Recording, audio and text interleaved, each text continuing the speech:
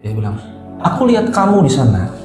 Ngeliat master. Master, iya. Aku lihat kamu di sana. Jadi kalau misalnya lu rep-repan kan tidur nih, ngantuk.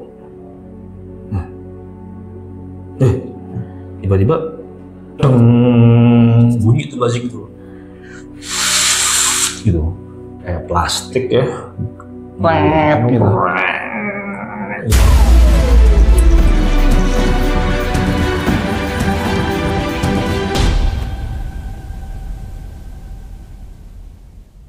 Assalamualaikum warahmatullahi wabarakatuh. Salam bahagia. Ketemu lagi dengan gue Robi di channel Emang Kudu Gila Podcast menyatukan energi bersama Master Darta. Master Darta, kasih salam dulu dong buat sobat EKG semuanya. Ya, halo sobat EKG, salam bahagia. Gimana kabarnya sobat semua? Gue berharap sobat semua dalam keadaan kesehatan yang optimal ya, dan tentunya masih terus semangat dalam mengarungi kehidupan demi mewujudkan mimpi. Min, sikat sobat EKG. Sikat, tos dulu Master. Tuh dong. Oke, sobat EKG, hari ini gue bersama Master Darta. Gue pengen desak dia nih. Ya, memang sudah lama sih gue gak ketemu sama dia nih. Ada seminggu lebih karena memang susah ditemuin. Ya. Nah, hari ini alhamdulillah setelah gue kejar kemana-mana, akhirnya gue bisa temuin dia. Dan hari ini gue langsung aja nih, langsung ke tempat base campnya Master Darta nih. Karena dari kemarin-kemarin lu susah gue temuin Master. Kemana aja sih? Ya sebetulnya sih tetap di kawasan BSD Serpong dan sekitarnya. Cuma sama James ya lagi sering bolak-balik ke Bandung. Oh iya. Baru pulang 2 hari lalu. Buat persiapan nanti tanggal 27 itu Master? Salah satunya, dan kan gue waktu itu ada beberapa video juga pernah sampaikan kalau gue nih sampai Agustus awal kan sering berada di Bandung gitu. Oh, jadi sampai akhir Juli ini, sampai dengan awal Juli. Agustus. Iya betul sekali sobat EKG. Master, gue pengen nanya nih sama lu nih, yang menyambung tentang di workshop pertama kita nih. Workshop pertama di Hotel Kubika ya? Hotel Kubika, itu kan memang membahas perjalanan jiwa Master. Jadi banyak juga titipan-titipan pertanyaan, khususnya sih dari temen gue sih. Temen gue, dan gue perhatikan juga dari beberapa sobat EKG, komentar-komentarnya itu di YouTube ataupun di DM gue langsung malah. Jadi tolong Bang Robi, langsung desak Master nih, tanyain langsung nih, karena mungkin yang bersangkutan pengen belajar lebih mendalam tentang perjalanan jiwa itu Master. Perjalanan jiwa luar biasa itu. Nah, sebelum Master lebih jelasin lebih dalam lagi nih, gue secara pribadi pun juga pengen mengulas ulang ya. Apa sih itu Master perjalanan jiwa gitu? Karena kan yang gue tahu, kita dalam kondisi tertidur ataupun bermimpi tapi kita sadar. Coba penjelasan lebih detailnya gimana Master? Ya, sobat EKG, kalau kita runut ya kepada arti kata sesungguhnya, perjalanan, berarti perjalanan adalah satu aktivitas. Betul. Dan yang dibikin aktivitas adalah jiwanya, bukan body ya. Manusia kan body, soul, dan spirit. Nah, perjalanan jiwa berarti aktivitas jiwa. Sebetulnya dalam kehidupan sehari-hari kita melakukan aktivitas jiwa, kayak visualisasi, membayangkan, berpikir dengan teknis, itu juga jiwa. Karena jiwa itu atau soul terdiri dari pikiran dan rasa, jadi dibagi dua gitu tuh. Ketika kita bilang perjalanan jiwa, memang perjalanan jiwa adalah aktivitas mind, aktivitas pikiran, aktivitas rasa. Nah, dalam konteks perjalanan jiwa yang gue maksud kali ini, perjalanan jiwa melibatkan aktivitas rasa dan pikiran, namun tubuh sudah putus sensornya, alias tertidur, berada di delta state. Memang gampangnya disebutnya sadar dalam keadaan delta, karena delta itu 0,5 bahkan 0,3 ya, sampai sekitar 4 Hz, frekuensi terendah, di mana manusia itu sudah putus sensornya sama body. Jadi memang bisa direncanain tuh Master dalam kondisi tidak sadar, tapi jiwa ataupun rasa kita bisa merasakan. Betul. Memang hal ini terdengar paradoks ya, dan memang paradoks. Bagaimana seorang manusia dalam keadaan tidak sadar alias berada di delta state, namun mereka bisa menyadarinya sekaligus. Kalau mereka berlatih, mereka bisa mengendalikannya. Karena antara sadar dan mengendalikan tentunya berbeda. Sadar, tapi juga bisa mengendalikan. Perjalanan jiwa konteksnya adalah transformasi kesadaran yang lebih tinggi. Kenapa disebut lebih tinggi? Karena kalau kita berada di delta state, kita membutuhkan satu kesadaran yang luar biasa agar kita bisa menyadari dalam kondisi tubuh itu sudah putus sensornya dengan jiwa, dengan soul, dengan pikiran. Gitu. Itulah disebut perjalanan jiwa. Lalu di perjalanan jiwa berarti kita memang harus tertidur dong. Itu syarat mutlaknya. Kalau sekarang nih kita berada di misalnya di theta state atau di alpha state yang frekuensinya 4-7 atau misalnya di alpha yang 7-12, kita itu merasakan sebuah kesenangan, visualisasi, menggambarkan sebuah gambaran. Misalnya kita memasuki sebuah tempat, villa di Bandung misalnya. Kita merem, asik loh villanya. Sebelah kiri ada pepohonan, pintunya bagus, ada kolam renang. Nah, tangan kita masih bergerak, dan ini sensornya belum putus nih. Karena masih sadar ya? Masih menyadari bahwa kita ada di sini. Namanya waking life. Waking life adalah dunia ketika kita terjaga. Lalu masuk ke theta, yang mana frekuensinya lebih rendah lagi ya. Ketika masuk theta, berkisaran 3-7 atau 4-8 lah. Itu juga sama. Kita kayak dipijat-pijat, dimasas. Lebih santai keadaannya ya? Dan tidur ringan, ngantuk-ngantuk itu. Tenang, nggak mikirin apa-apa. Itu kita juga bisa membayangkan, jiwanya berkelana juga. Namun sekali lagi, sensornya belum terputus karena masih ada unsur kesadaran di situ. Masih bangun. Lu dipijat di mana, Rob? Ya, kalau gue sih ya, kalau gue terus terang sobat kaki gue cukur-cukur rambut itu di abang-abang yang pijat yang abang-abang Garut. Tadi frekuensinya ada apa aja, Master? Sorry diulangin. Frekuensi brainwave ya. Brainwave ya. Pertama tuh yang paling tinggi itu namanya gamma tuh. Paling tinggi. Ya. Maksudnya paling tinggi itu apa itu ya? Full konsentrasi, dia alert benar-benar. Itu lumayan lah, 30 lebih. Oh, itu keadaan di mana kita sangat berkonsentrasi. Sangat konsentrasi. Biasa di aktivitas apa tuh, Master? Misalnya, ya ketika gue belajar mobil pertama kali. Oh. Dimana gue nggak pernah belajar ya, tapi gue langsung megang mobil. Nah itu gue kan agak-agak, aduh gimana nih ya, konsentrasi gue. Jadi hal-hal yang bikin jantung berdebar-debar itu berarti itu di kondisi gamma ya? Iya. Gamma kita konsentrasi full alert, pertama kali naik sepeda. Kita ngomong di depan publik, banyak orang, grogi, itu full alert. Copet juga gamma? Ya, gamma itu nggak enak. Gitu. Oh, gamma nggak enak ya? Ada nggak frekuensi gamma tapi justru bagus? Ya, biasanya buat belajar. Oke. Fokus. Belajar itu bukan di beta, karena beta itu sesuatu yang sifatnya udah jalan sendiri. Contoh gini ya. Autopilot gitu? Ya, misalnya A, B, I, B, A, B. Zaman kita belum bisa belajar, kita harus bisa mengeja itu dengan jelas. A, B, B, ubu, D, I, D, budi, benar-benar konsentrasi. Betul. Tapi kalau kita udah biasa, kita masuk ke beta. Di beta ini, kita udah terbiasa. Ya kayak kita ngobrol sekarang nih, mengalir begitu saja, lu juga ngobrol sama aku tuh beta. Hal-hal yang sudah pernah dilakukan itu biasanya beta tuh ya? Ya, autopilot ya, sebutkan. Nanti turun lagi nih. Namanya alpha, minimarket. Indomaret. Ya. Nah, alpha itu problem solving, terus gelombang-gelombang menyenangkan. Ya, kita ngayal tuh di alpha. Makanya alpha state itu dibutuhkan buat sobat TKG semua agar apa? Agar sobat bisa membayangkan dan merasakan itu adanya di alpha. Dalam keadaan sensor badan dan soul belum terputus ya. Jadi Master, aktivitas yang sama pun juga bisa berbagai macam frekuensi ya. Contohnya gini Master, misalkan nyetir mobil nih, ada kalanya misalkan kalau orang masih belajar itu berarti dia di frekuensi gamma, ataupun kalau yang sudah terbiasa di beta, ataupun juga bisa dia di kondisi alpha ya, walaupun sama kegiatannya Master. Betul, kan brainwave itu berubah-ubah. Nggak bisa kita selalu berada di gamma terus, waduh bisa berbahaya. Iya. Begitu pula kita di alpha terus juga bisa berbahaya. Kadang kita di gamma, kadang di beta, kadang di alpha, kadang di theta, bahkan malam hari kita di delta. Oh, delta state ya sobat EKG ya. Jadi frekuensi delta yang dimana itu santai, relax. Tepat sekali sobat EKG. Tepat sekali. Lo masuk ke theta ya. Tadi baru sampai alpha tuh.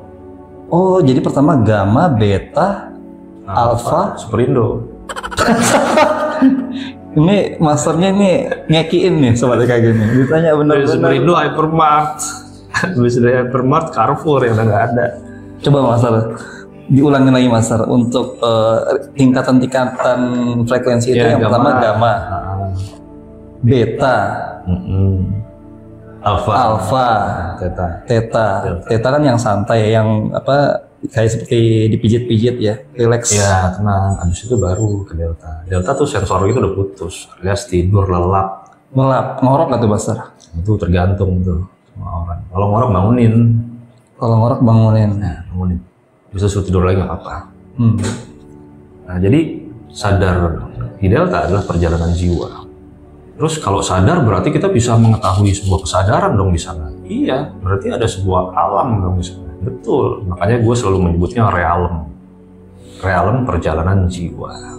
Gitu. Seperti hari ini baru ngajar agar murid-murid gue semua bisa berada di realm perjalanan jiwa. Ya mungkin kalau gue sih pernah mengalami hal itu ya Master ya. Dimana mungkin dulu gue pernah ngalamin, gue merasa sadar dan gue melihat diri gue sendiri lagi tertidur. Nah, apakah itu disebut perjalanan jiwa atau bukan ke Master? Habis ngeliat diri, terus lanjutin nggak? Gue takut setengah mati. Ya. Makanya rata-rata manusia yang pertama kali melakukan perjalanan jiwa, entah itu dimulai dari pemisahan seketika, atau sadar di tengah-tengah, karena mereka nggak tahu biasanya yang pertama kali muncul rasa takut. Semuanya. Rasa takut itu bisa terjadi karena manusia tidak bisa menjelaskan apa yang terjadi sesungguhnya. Bingung. Iya. Kalau orang udah bingung kan munculnya takut. Nah sebetulnya yang lo lakukan itu, aktivitas yang lo lakukan pertama kali lo melakukan perjalanan jiwa, orang bilang yang namanya sleep paralysis ya, atau ketindihan. Kalau bahasa gue tuh iya erep-erep, betul. Erep ya. Ya itu sebetulnya terjadi sebuah sintesa ya, antara kesadaran di sini, kesadaran di dunia nyata, sama lo tidur. Yang tidur ya. Terjadi irisan tuh di tengahnya. Irisan itu akhirnya lu sadar, tapi badan lu lumpuh. Itu yang disebut perjalanan jiwa di situ. Ya, itu adalah salah satu gerbangnya ya, belum realmnya. Oh, itu masih gerbangnya. Si gerbangnya untuk menuju sebuah realm, karena realmnya akan menjadi sangat banyak sekali. Kalau kita berbicara sebuah realm, berarti kita harus ada berbicara juga motivasi dan tujuannya buat apa. Jadi ketika kita rep-repan, ketindihan dan lain-lain, itu ya yang tadi gue bilang sadar di delta. Kenapa sadar di delta? Karena sensornya mati. Kan kalau lu ngerasain rep-repan, pasti lu bangun, tangan gua nggak bisa gerak, tapi gua merasa bergerak. Tapi yang gua alami itu memang sebuah ketidaksengajaan, Master. Artinya kan itu terjadi begitu aja. Apakah ini bisa kita rencanakan? Bisa, sangat bisa untuk direncanakan. Makanya itu perlunya belajar. Belajar untuk bisa mengakses realm delta. Kalaupun misalkan kita udah belajar dan kita bisa mengakses itu manfaatnya apa, Master? Nah, ada satu statement ya, di beberapa spiritualis, seseorang yang bisa mengakses dan mengendalikan realm delta, itu dia bisa membending realita. Realita dirinya sendiri apa realita keseluruhan, Master? Realita kan persepsi. I see. Kok kenapa membending? Ya, membending agar apa? Tentunya agar lebih baik. Sebetulnya tujuannya dari perjalanan jiwa itu, tujuannya agar yang paling utama adalah menemukan sebuah ketenangan dalam hidup. Sekali lagi ketenangan, kedamaian yang bisa mencapai kebahagiaan. Itu kalau ditanya, apa gunanya perjalanan jiwa? Ya, manusia itu butuh ketenangan. Kalau nggak tenang nggak enak. Gitu. Jadi perjalanan jiwa bukan sesuatu yang serem-sereman. Ya, setan, kuntilanak, gendruwo dan lain-lain. Nggak berbeda ya konsep pemahaman gua dan mungkin beberapa yang gue sharing sama murid-murid gue dengan pemahaman yang beredar di luar sana. Jadi gue pengen nanya, Master. Jadi antara bahasa perjalanan jiwa sama erep-erepan, sleep paralysis ataupun yang lainnya itu ada perbedaan atau sama aja, Master? Ya gini ya, perjalanan jiwa itu sebetulnya kalau kita sinonimkan, ya, ada yang namanya astral projection. Astral projection. Ada yang namanya lucid dream. Nah, itu sering banget tuh gue sama. Ya. Ada yang namanya out of body experience. Out of body experience. Ada yang namanya out of body travel.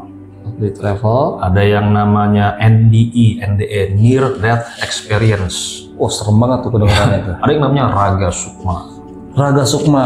Oh, raga sukma.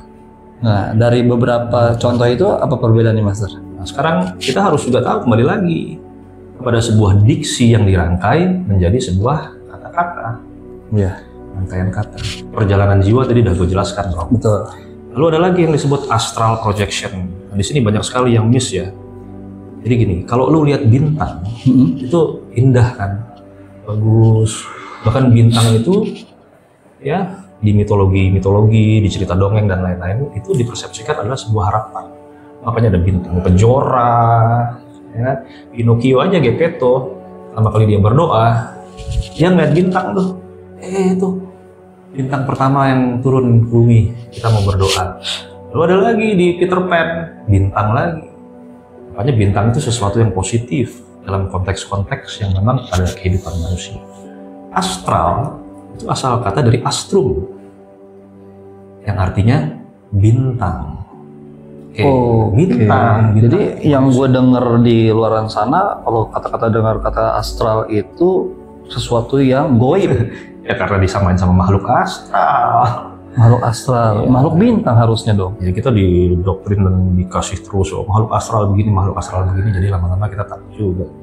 Lalu projection itu artinya proyeksi. Ini proyeksi bintang. Makanya kalau ketik astral projection ada sebuah realm yang isinya penuh dengan bintang. Bisa digambarkan nebula yang luar biasa. Itu pemahaman esoterik ya. Sebuah pemahaman dalam ruang lingkup yang kecil.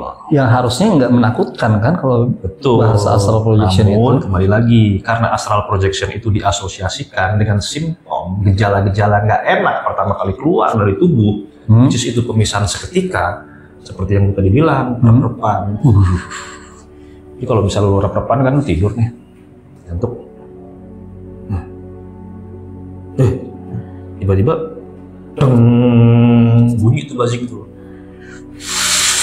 gitu, kayak plastik ya, gitu. Memang tipikal begitu gejala-gejalanya. Itu bunyi buzzing itu tipikal. Kita lagi take off menuju satu realm. Nanti kalau diterusin akan bunyi suara flute. Dari situ kan lu bingung. Aduh dulu kenapa nih gua mati nih gua dulu juga gitu. Karena kita takut.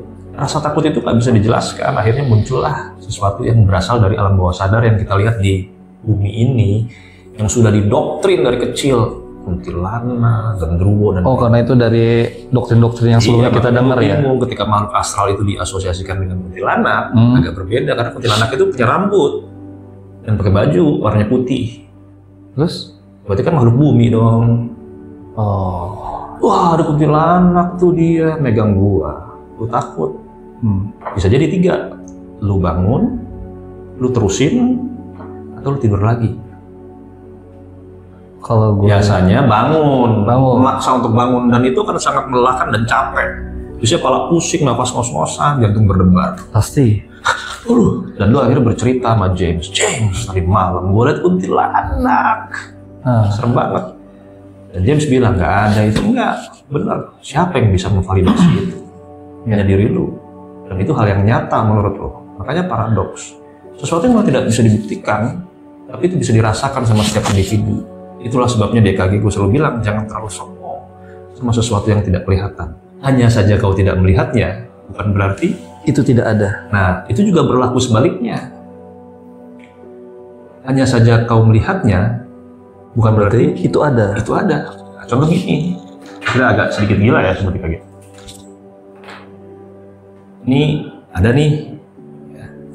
Karena lu tahu ini ada, lu bilang itu ada, tapi lu lihat nggak? Tidak, ya kan?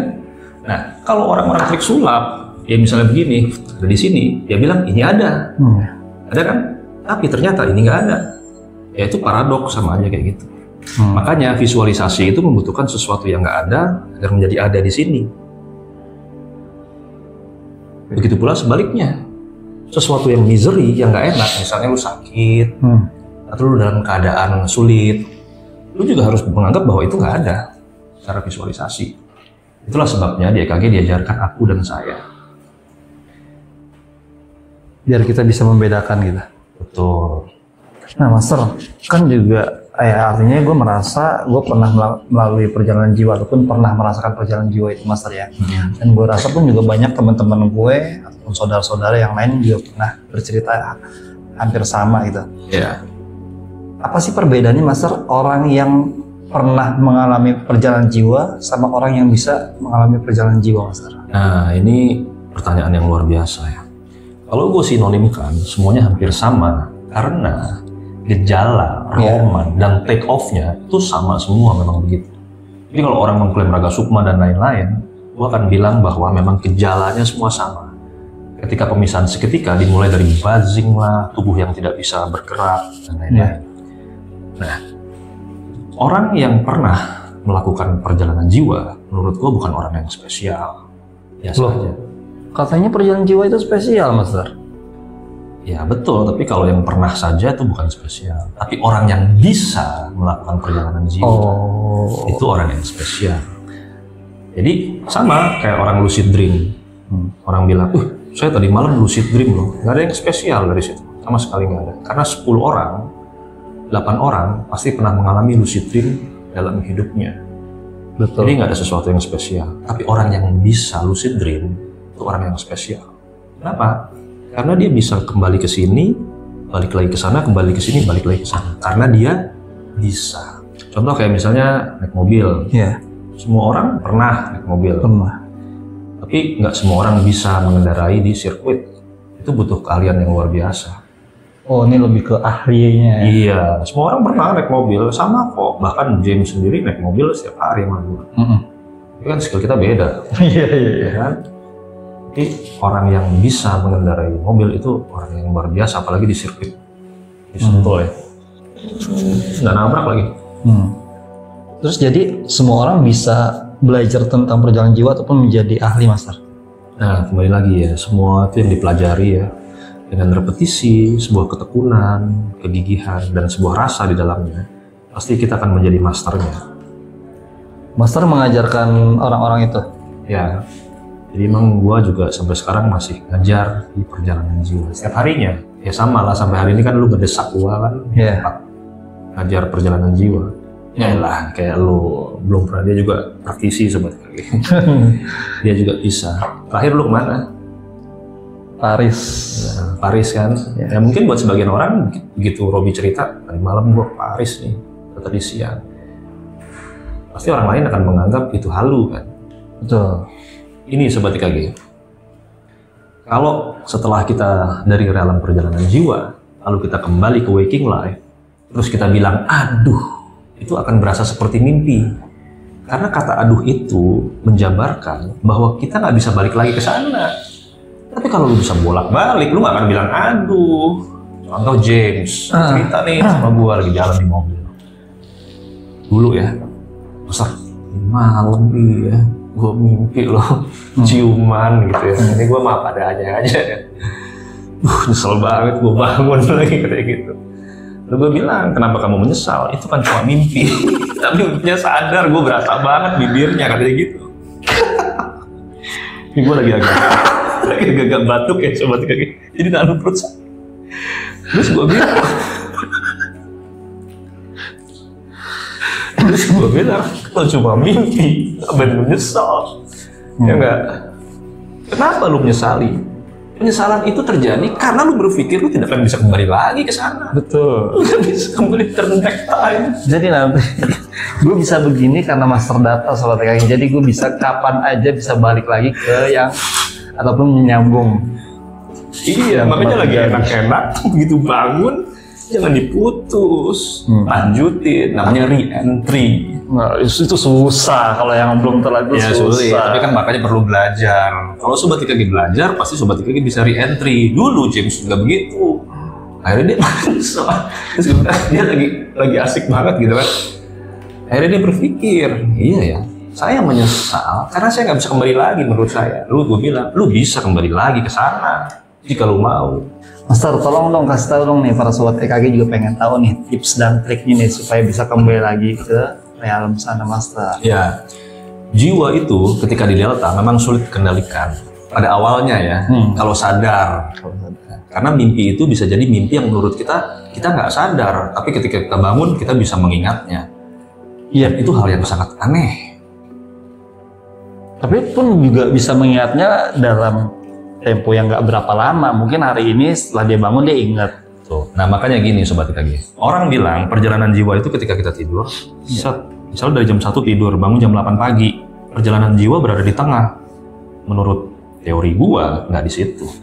Perjalanan jiwa itu terjadi ketika orang baru mau bangun dari tidur. Ulangi Master. Perjalanan jiwa itu terjadi ketika orang baru mau bangun dari tidur. Karena ujungnya pasti bangun. Oh justru di titik-titik akhir itu ya? Betul, makanya kalau si James lagi mimpi ciuman, dia dibangunin sama maknya. Bangun gitu kan, akhirnya dia bangun. Ada satu hal yang alert bahwa dia tuh sebentar lagi mau bangun sebetulnya.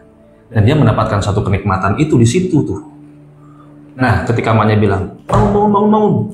Dibangun dong. Udah kesel sama mamanya. Dibangunin.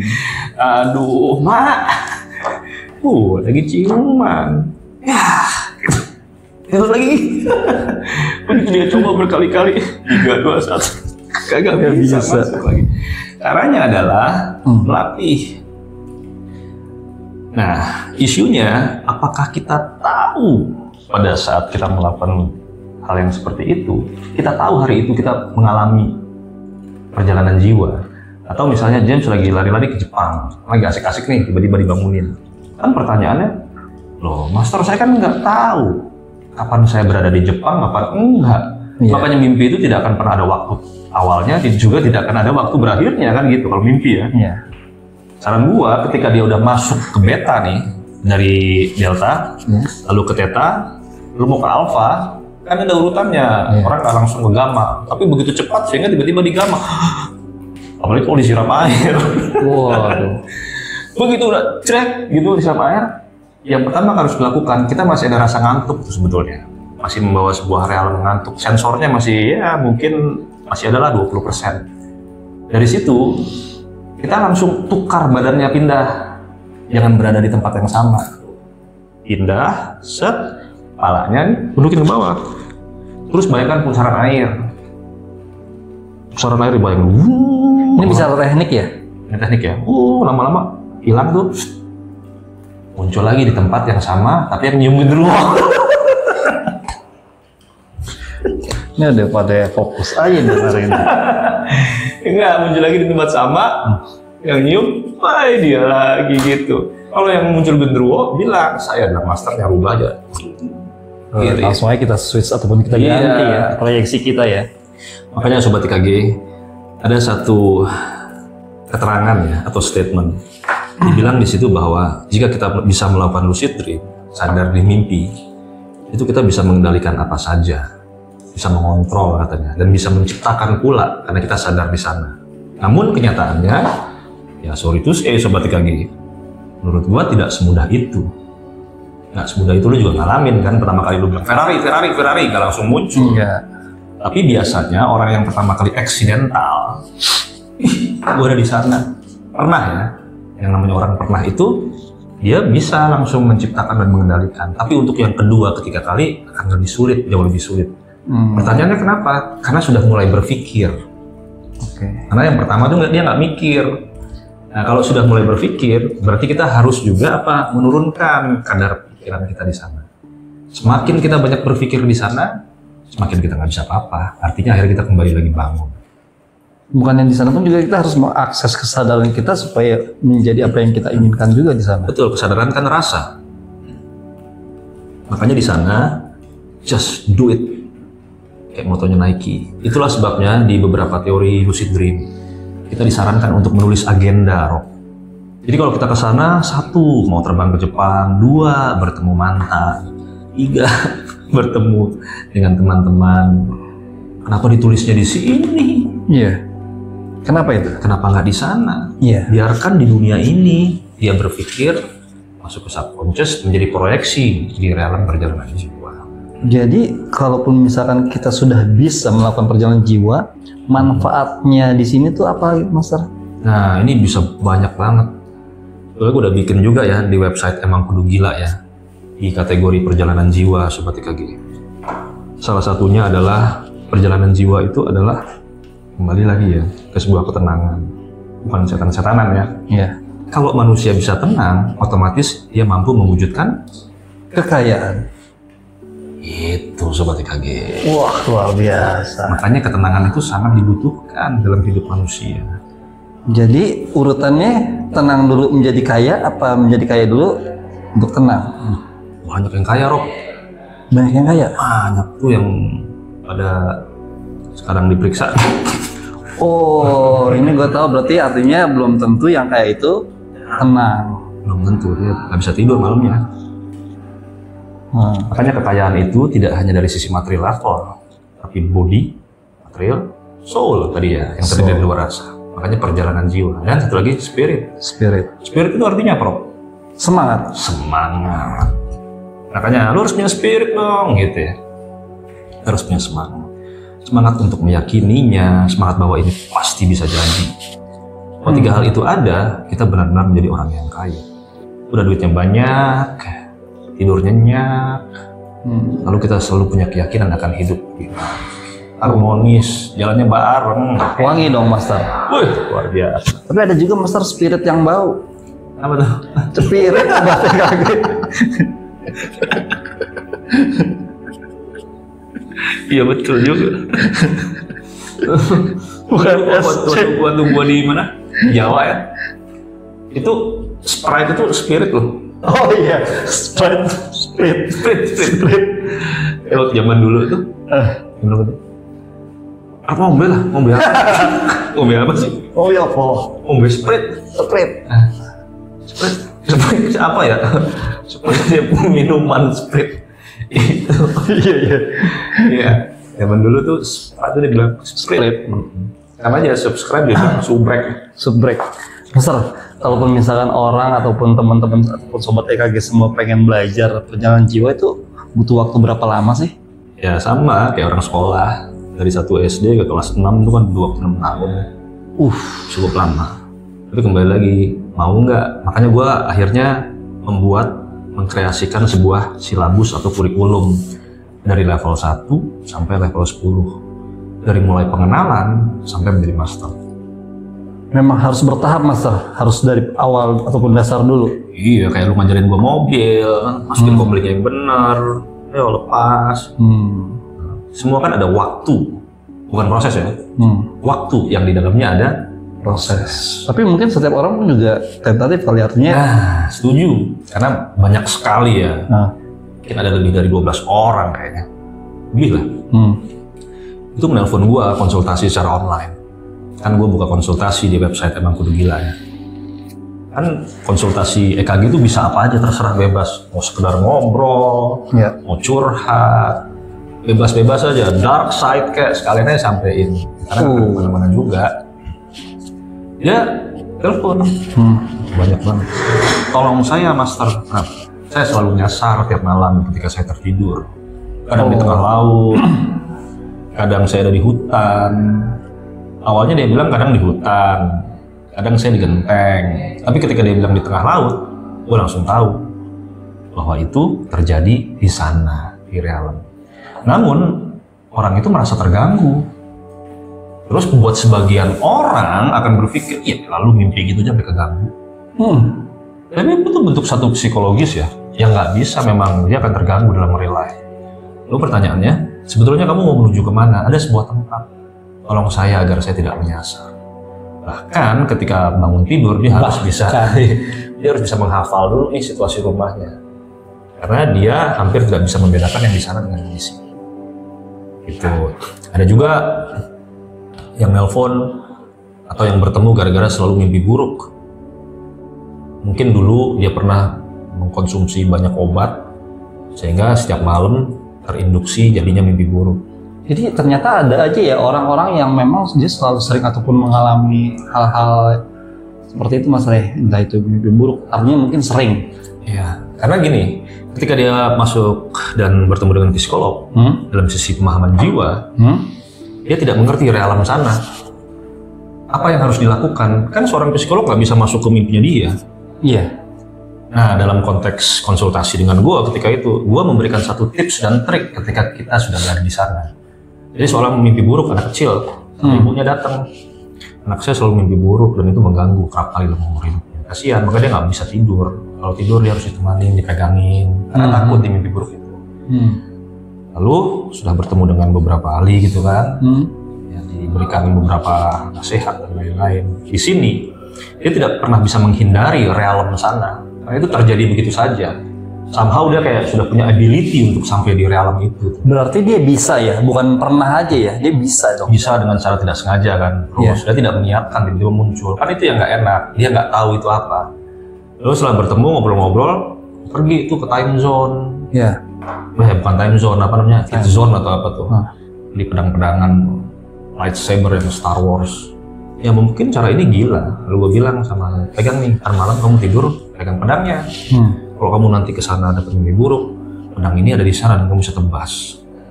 Mungkin hal ini kan terdengar sinting buat sebagian orang. Bagaimana pedang ini bisa nyampe di realm sana? Itulah sebabnya nyata nggak nyata. Yang tahu hanya kita. Kita tidak akan pernah bisa memvalidasi itu. Lalu orang bilang, oh nggak nyata.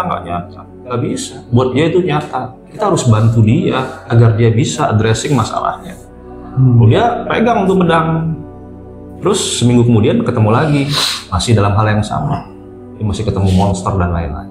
Oh masih? Masih, belum terbiasa. Nah, akhirnya gue bilang, yaudah kalau tidur kamu pegang lagi aja ini. Akhirnya gue tempelin nih, gue kasih tulisan. Pedangnya Master Darta. Tempelin di pedangnya tuh. Pakai apa? Kayak label gitu deh. Oh, stiker. Stiker gitu. Enggak label stiker sih. Double tip gitu gue tempelin. Kira-kira berapa hari kemudian tidur. Terus selang 10 hari, ibunya minta ketemu lagi ngobrol. Dia bawa tuh pedangnya tuh. Oh, ke sana. Ya, itu momen mengharukan. Setelah sekian lama dia tuh nggak bisa addressing nightmare-nya dia. Terus ketemu sama gua, dia duduk di sebelah gua, sambil pegang. Gua tanya, gimana kabarnya? Masih kecil. Umur berapa? Mas 3 SD plus 2 gitu. Dia bilang, aku lihat kamu di sana. Ngeliat Master, iya. Aku lihat kamu di sana. Kita sama-sama berperang gitu melawan monster itu.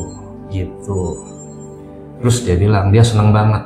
Bahkan kata ibunya, dia bilang, aku mau lagi nanti malam. Sama Master Darta. Ini perang-perangan bisa. Kenapa nggak lo ajarin buat diproyeksikannya hal-hal yang bagus aja sih? Untuk nggak berperang ataupun kan itu kan biggest fear-nya dia, ketakutan dia. Ya. Memang kadang-kadang demotivasi itu perlu sedikit ya. Apa? Karena bagaimana untuk melawan itu, dia nggak bisa tiba-tiba langsung menciptakan realm kebahagiaan. Anak kecil itu kan belum tahu. Anak kecil itu kan taunya kan adalah main perang-perangan dan lain-lain. Dan setiap kali dia ke sana, karena anaknya udah gede, SMA kalau nggak salah. Oh, udah lama ya Master ya? Udah lama. SMA, iya SMA. Satu. Itu ya. Kedua, orang yang fobia itu juga sama tuh. Kalau orang lucid dream bisa menghilangkan fobia, bisa. Perjalanan jiwa bisa menghilangkan fobia, bisa. Manusia tuh takut sama tinggi, sama suara yang bising. Makanya ketika kita masuk perjalanan jiwa, pertama kali yang dilakukan adalah biasanya terbang. Kayak James, pertama kali perjalanan jiwa, senang banget deh. Gua terbang. Itu juga sering. Ya, lu apalagi lu sering banget. Lu kan pernah cerita sama gua kan, terbang dari atas, ada cewek di bawah, lu kayak burung elang, lu comot aja gitu kan. Kayak pergi.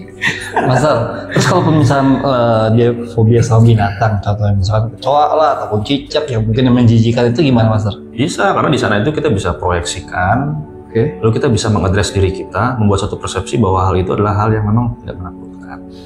Jadi prinsipnya Master, semua orang tuh bisa ya? Bisa, sangat bisa, tinggal dilatih. Semua orang bisa nggak naik mobil? Bisa, tapi ada yang berhenti tuh di tengah-tengah. Iya, baru nyoba, apalagi habis nabrak. Aduh, nggak lagi deh. Jadi apa nih yang dibutuhkan buat orang-orang yang pengen bisa ataupun pengen ahli? Pertama kali adalah memang benar-benar niat. Karena namanya belajar pasti ada turnover.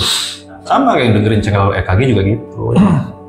Dia bilang, saya adalah subscriber pertama Master, ikutin terus. Banyak muncul, ini elu. Kemana aja lo? Sorry Master, gua beberapa hari yang lalu, beberapa bulan yang lalu lagi ikutin channel lain. Ya apa-apa, itu kan pilihan. Sama di perjalanan jiwa juga gitu. Baru masuk, ya kan? Pertama kali udah keluar nih, wih Master, gua udah keluar, udah lihat segala macam. Level pertama nih, habis itu kedua hilang. Itu ya nggak apa-apa sih. Bosen apa dia? Kenapa ya Master ya? Ya makanya untuk mempelajari sesuatu itu kan memang dibutuhkan sesuatu yang luar biasa. Tergantung tekad berarti ya, tekad, niat, dan motivasinya. Tapi kalau bisa diikutin ya bisa. Orang bilang tuh kok orang musyuk bisa kayak begitu ya. Wow. Dia pengen kayak begitu dalam waktu 2 hari. Ya di sana aja kalau gitu 2 hari bisa. Jadi kalau pengen ahli, pengen hebat ya harus benar-benar konsisten, istiqomah. Makanya EKG juga itu kan bukan sebuah channel kebenaran, tapi channel yang isinya menunjuk ke sebuah kebenaran agar kalau didengar berulang, kita akan menemukan satu esensi di dalamnya. Hikmah, pelajaran, sebuah intan permata berlian harta yang luar biasa yang Sobat EKG bisa sampai Mantap, Sobat bahagia. Ya kalau misalnya sekali dengar habis itu minggat, ya nggak apa juga, itu pilihan. Jadi sedikit promosi Sobat EKG denger EKG berulang. Udah, gue aja sebagai teman dekat lu ya, gue pun kalau dengerin channel EKG nggak cukup sekali 2 kali, Master. Ya. Jadi sering banget gue tuh mengulang-ulang dengan video yang sama gitu, supaya gue dapet insight ataupun ya hikmahnya lah dari di balik video itu. Setuju. Mengulang itu bukan kita biar yakin, bukan. Yakin itu berbeda. Mengulang agar kita selalu ingat. Kalau kita selalu ingat, akhirnya menjadi subconscious mind, dalam bawah sadar. Ya, gue pernah cerita juga di EKG pada saat gue mandi, tiba-tiba shower gue nyalain, Shopee COD. Karena lo sering denger itu. Iya. Coba kalau gue dengernya hal yang luar biasa. Coba gue juga pengen tahu nih dari sobat-sobat EKG di rumah, apa yang sering sobat dengar yang akhirnya menjadi subconscious ataupun alam bawah sadar sobat EKG. Tolong ketik di komentar ya. Di EKG juga sama, waktu gue pertama kali beli mobil pertama gue denger lagunya Roxette. Judulnya Dress for Success. Dress for Success. Iya, Dress for Success dan Hey-nya Club Project. Coba nonton lagi cerita di mana gua sama Robi. Itulah sebabnya harus direpetisi EKG-nya, diulang lagi. Di situ setiap detiknya banyak sekali tuh makna-makna yang luar biasa. Jangan nonton EKG hanya untuk mendapatkan informasinya saja, tapi ambil EKG agar sobat EKG bisa tertuntun ke sebuah arah. Arah apa?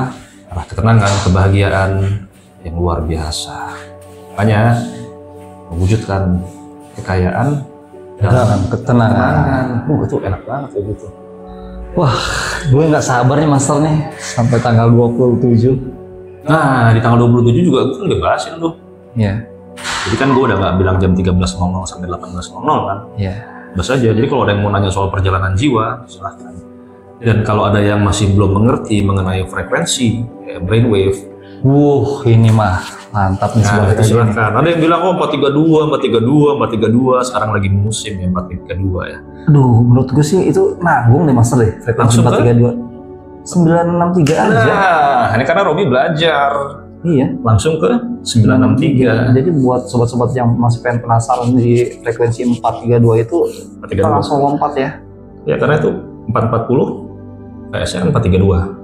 Pada kayak gitu langsung aja ke 963 karena 963 itulah frekuensi apa. Nah, temukan jawabannya nanti di sana. Wah, itu luar biasa. Dan memang harga untuk trade value-nya di EKG yang di Bandung itulah 963 kan. 963.000 ya. Itu sobat EKG. Maka bagus itu sobat EKG. Nggak bagus. 963. Sobat EKG, yuk kita sama-sama kumpul di Bandung. Ketemu sama gue dan Master Darta bersama tim yang lain juga, kita menciptakan sebuah lingkungan yang positif, menyatukan energi ya, hingga mencapai sebuah kekayaan dalam ketenangan. Jadi kalau mau tanya lebih lengkap, lebih jauh, momennya di sana. Bebas aja, cuek aja nanya-nya. Kan di sana kan lebih santai. Kemarin juga si James gue suruh beli kopi 1 kardus. Jangan lupa James, ingat, iya. Udah beli kopi lah apa segala macam. Jadi bebas free refill minum sampai. Jadi makan juga, makan sudah.